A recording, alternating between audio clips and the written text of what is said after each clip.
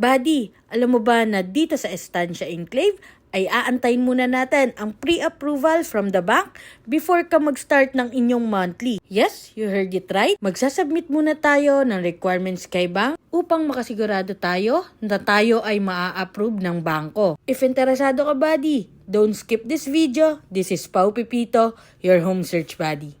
At isa pa nga sa importante sa ating mga house and lot ay ang lot size ng ating property na kukuhain. So dito kay Estancia Enclave, ang ating minimum lot size ay 80 square meters. Twin homes nga pala to mga buddy, kaya naman meron tayong extra lot sa front, back at sa side na pwede natin gamitin for future home expansion.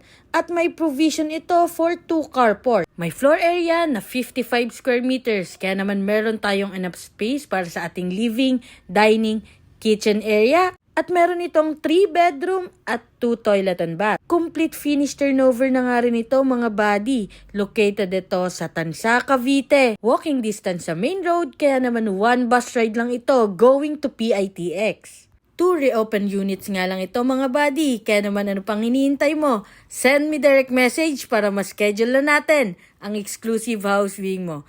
So, bye-bye!